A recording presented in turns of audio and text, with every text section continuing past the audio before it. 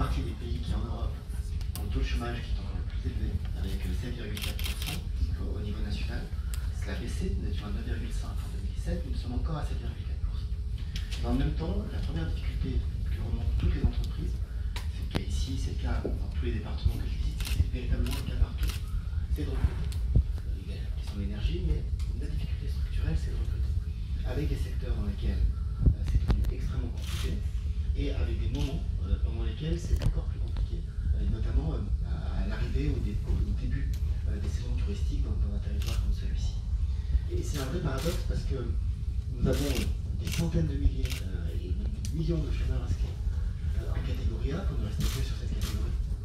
Et dans le même temps, nous estimons qu'il y a aujourd'hui environ 400 000 offres d'emploi vacants qui ne sont littéralement pas occupées et qui sont autant de ralentissements, de freins mis à l'activité des entreprises, qui sont autant d'occasions ratées de réussir le retour à l'emploi d'un demandeur d'emploi ou d'un bénéficiaire du RSA. Je scinde, et vous l'avez fait aussi, à dessein les deux publics, puisque nous n'avons que 40% aujourd'hui des bénéficiaires du RSA qui sont inscrits auprès de Pôle emploi pour des tas de raisons qui ont été évoquées, parce que parfois certains d'entre eux sont trop cabossés par la vie.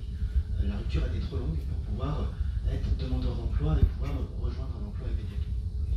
Face à tout cela, les initiatives locales sont à mon sens les meilleures et les plus riches d'enseignement. Je ne découvre pas tout à fait le programme API, que ce soit pour le mentorat, le parrainage, pour la question de l'accompagnement qui a été mis en place, dans la mesure où vous avez, Monsieur le Président, des parlementaires qui sont des ambassadeurs. Et donc, j'ai eu l'occasion d'entendre parler de ce programme et ça explique, ça justifie aussi le fait que je sois venu à votre rencontre aujourd'hui pour le découvrir et en savoir plus. C'est la question du RSA.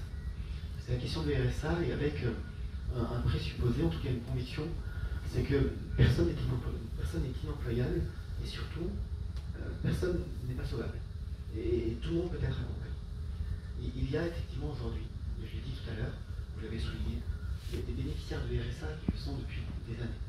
Et on peut évidemment se payer de mots et dire je retourne au travail. Ça n'existe pas, ça n'est pas possible. Et il faut les accompagner et le faire de manière extrêmement personnalisée.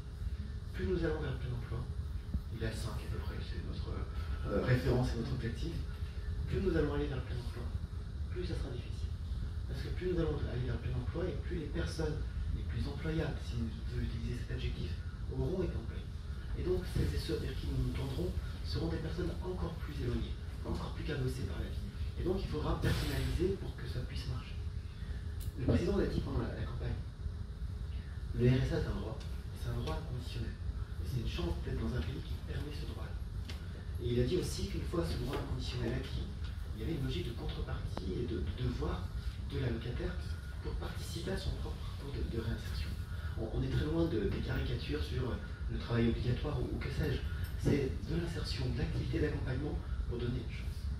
Et moi, si je suis très fier de porter cette réforme, parce que je considère que, et c'est ce qui transparaît de vos propos, notre société n'est pas quitte de son devoir de solidarité quand elle a attribué 570 € par mois à une personne. Elle est quitte de son devoir de solidarité quand elle lui a permis à cette personne de rebondir, de sortir du RSA et de retrouver de l'autonomie.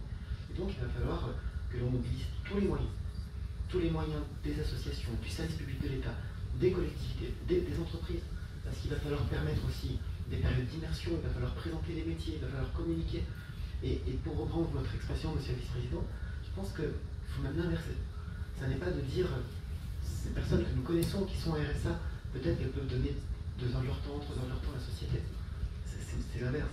C'est la société qui doit donner 2-3 heures de son temps aux personnes les plus éloignées pour les ramener et pour les raccompagner. Et ça sera super dur.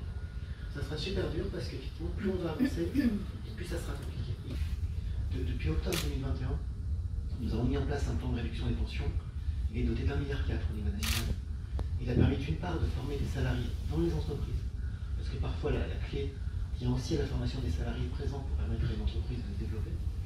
Et il a permis de former des centaines de milliers de demandeurs d'emploi, et avec un résultat sur lequel je veux insister, parce que c'est, à mes yeux, peut-être le plus probant de ce plan qui passe par la formation, c'est l'accompagnement vers l'emploi de 250 000 demandeurs d'emploi de longue durée, en l'espace d'un peu moins d'un an. C'est très bien pour les entreprises qui en avaient besoin, et c'est extrêmement bien pour les demandeurs d'emploi accompagnés qui retrouvent de l'autonomie, qui retrouvent de la dignité, qui retrouvent du revenu et donc la capacité à maîtriser eux-mêmes leur propre vie. Aujourd'hui, ce plan qui a permis, et derrière ce plan, c'est aussi la mobilisation de Pôle emploi et des agents.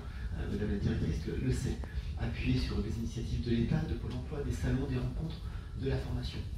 Ce plan continue et j'ai souhaité qu'il soit renforcé, ce qui fait l'objet d'une discussion qui a été donnée au directeur général de Pôle emploi, aux directions départementales, avec des secteurs identifiés comme étant dans une situation encore plus critique. C'est le cas de l'industrie, c'est le cas des transports, c'est le cas de la logistique, c'est le cas de l'hôtellerie, de la restauration. Et l'objectif est vraiment de repasser au peigne fin l'ensemble de nos bases, l'ensemble de nos données, pour constituer des viviers, constituer des gisements de main-d'œuvre, de demandeurs d'emploi que l'on sait, parfois avec un peu de formation, d'accompagnement individuel ou collectif, pouvoir remettre très vite en emploi. Et donc c'est ce travail qui est fait, et, je le dis sous votre contrôle, Madame la directrice, mais normalement d'ici le début du mois d'octobre, nous aurons pu constituer ces viviers au sens propre du terme pour permettre de bien faire coïncider le profil des demandeurs d'emploi avec les besoins des entreprises. Deuxième chantier que nous allons ouvrir, un chantier un peu plus long, mais qui vise à répondre à beaucoup de ce qui a été dit, et notamment à la complexité. Vous avez dit, Monsieur le Vice-président, parfois c'est un peu compliqué quand on débarque dans le secteur de l'emploi, de l'insertion et de la formation, et c'est très vrai. Et pas seulement quand on croise Pôle emploi, parce que vous avez, c'est compliqué, et puis il y a Pôle emploi qui arrive, et pas seulement. C'est souvent compliqué à vous.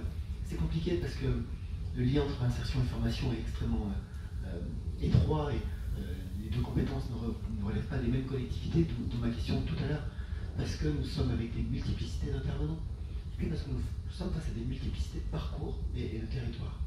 Et donc, nous devons repenser la manière dont nous travaillons tous ensemble. C'est l'objet de France Travail. France Travail, c'est pas un organisme en plus, c'est pas la volonté de créer un machin supplémentaire.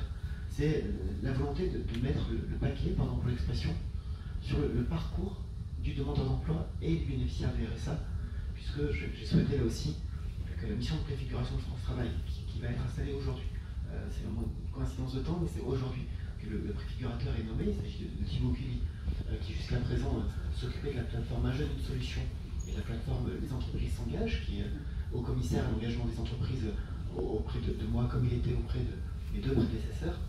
C'est partir du bénéficiaire, partir de l'usager. L'usager, c'est le demandeur d'emploi ou le bénéficiaire du RSA. C'est un interlocuteur unique. C'est une qualité dans le diagnostic et dans l'accueil, parce que c'est de la qualité du diagnostic que découle la qualité de l'orientation. Concernant l'insertion, nous maintenons le cap fixé par le pacte d'ambition pour l'insertion, d'ambition pour la lutte contre l'exclusion, et nous maintenons ce cap d'accompagnement et de montée en charge. Parce que ce que j'ai dit tout à l'heure sur la question des contreparties, entre le fait que l'allocation soit inconditionnelle, mais qu'il faut que les bénéficiaires puissent s'inscrire dans un parcours d'insertion et de retour à l'activité, ça ne vaut qu'à une condition, c'est que partout sur le territoire, nous soyons en capacité justement de proposer ces activités d'insertion, ces activités d'accompagnement, et proposer des activités qui soient adaptées. Une mère de famille célibataire avec 3 enfants, on ne lui propose pas une activité d'insertion de 17 à 20 heures. Ça ne fonctionne pas. Ou alors on se débrouille pour proposer la solution de garde d'enfant qui va venir. Et donc ça m'amène au tout dernier point, qui fait aussi partie des conclusions, les premières conclusions du travail initié par le président de la République hier avec les forces vives et politiques du pays.